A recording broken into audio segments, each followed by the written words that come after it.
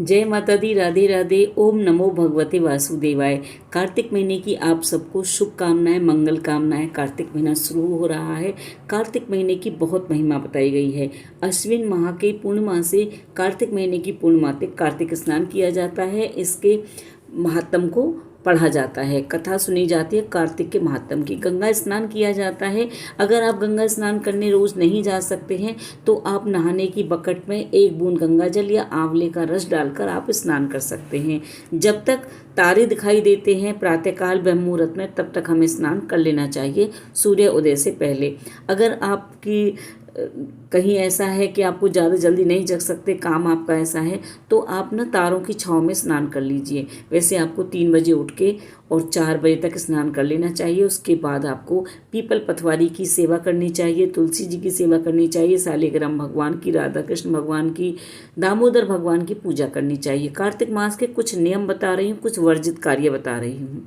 ब्रह्मा जी ने जब सारे दान पुण्य जो भी थे, उनको जो व्रत नियम थे, उन सबको कार्तिक मास में जब उन्होंने तराजू पर तोला, तो ब्रह्मा जी ने जब तोला तो कार्तिक का पड़ला ही भारी रहा।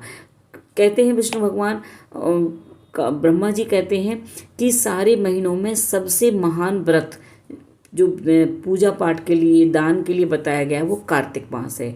जैसे वैशाख मास लाख गुना उससे अधिक माघ मास का महत्व है, और माघ मास से भी ज़्यादा महत्व कार्तिक मास का है। तो कार्तिक मास में हमें स्नान दान जरूर करना चाहिए। कार्तिक महीने में सूर्य भगवान को अर्घ्य देना चाहिए, गौ दान करना चाहिए, गौ की सेवा करनी चाहिए, दीपक जलाना चाहिए गौ के पास, यानी गौशाला में जाकर, और अरुणोदय ब्रह्म मुहूर्त में स्नान करना चाहिए।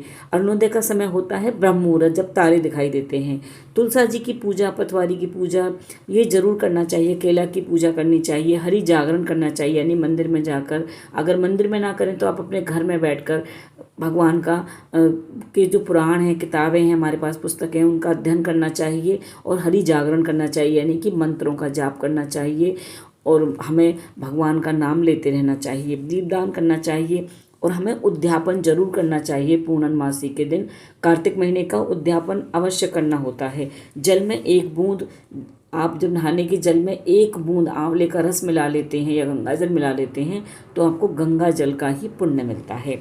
साबुन और तेल कभी भी उपयोग नहीं करना चाहिए कार्तिक के महीने में।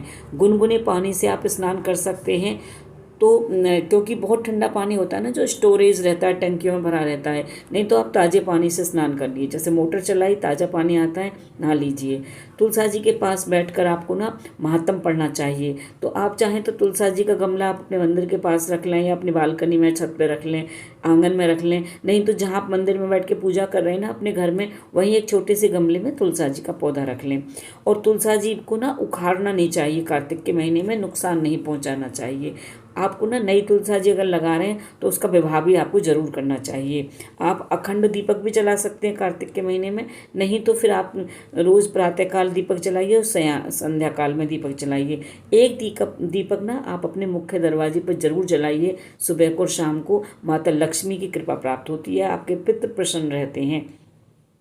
और हरि विष्णु भगवान ने ना कुबेर से कहा था कि जो भी कार्तिक मास में दीपदान करेगा उसके यहाँ कभी भी धन की कमी मत होने देना। तो कभी कमी नहीं होनी चाहिए, ये हरि विष्णु भगवान ने कुबेर जी से कहा था। तो इसलिए कार्तिक महीने में दीपदान और स्नान जरूर करना चाहिए। जैसे आपके शरीर की सामर्थ्य है, आप ठंडे पानी से नहा सकते हैं, गर्म पानी से नहा लीजिए, क्योंकि पानी स्टोरेज रहता है, ठंडा रहता है। आप 1 लोटा पानी ना भर करके अपनी बालकनी में या छत पर रख दीजिए, और उस पानी को फिर आप अपने नहाने के पानी मिला लीजिए, तो आपको गंगा स्नान का या फिर आपको ठंडे पानी का ही पुण्य मिलेगा। और आकाश दीप का दान करना चाहिए। आकाश दीप दान होता है जैसे आप अपनी बालकनी में, छत पे, आंगन में आकाश में तारों को दिखाते हुए एक दीपदान, यानी खुले स्थान में दीपदान करना चाहिए। मौका मिले कार्तिक के महीने में तो आप गौशाला में भी एक दीपक जरूर जलाएं। भगवान इस महीने में जब हम ये पूजा पाठ करते हैं ना तो मनुष्य जो है ना वो भगवान के पास आ जाता है, यानी देवता भी मनुष्य के पास आ जाते हैं। गंगा स्नान करने के लिए सभी देवी देवता कार्तिक के महीने में धरती पर आते हैं और पुण्य का फल मिलता है। कार्तिक महीने मनुष्य को ना अनंत फल मिलता है स्नान और दान करने से। तो जो एकादशी आती हैं इसमें उनका व्रत करना चाहिए, पूर्णिमा का व्रत करना चाहिए। अगर आपके शरीर में सामर्थ्य है ना तो आपको जरूर व्रत और कार्तिक में स्नान जरूर करना चाहिए।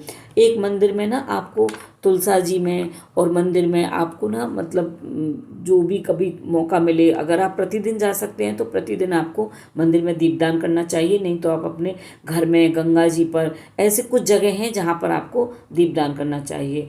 और उद्यापन जब आप करें ना तो एक जोड़े को यानी सुहागिन जोड़े मतलब पति पत्नी को, दंपत्ति को, ब्राह्मण और ब्राह्मणी को आपको जिमाना चाहिए, यानी भोजन कराना चाहिए, वस्त्र आदि आपको दान करने चाहिए, श्रृंगार का सामान दान करना चाहिए।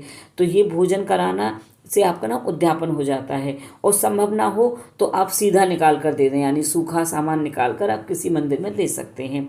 और आपकी सामर्थ्य है तो आप पूरे महीने का व्रत कर लें।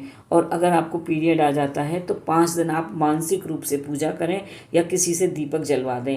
और कुछ कार्य ऐसे हैं जो इस महीने में नहीं करने होते हैं, जैसे आपको पलंग पर नहीं सोना चाहिए, आपको ब्रह्मचर्य पालन करना चाहिए, आपको ना अपना बिस्तर अलग कर लेना चाहिए। इन व्रत के दिनों में आपको तेल नहीं लगाना चाहिए, आप सिर में लगा सकते हैं, शरीर पर नहीं। नरक चतुर्दशी के दिन ही तेल लगाया जाता है।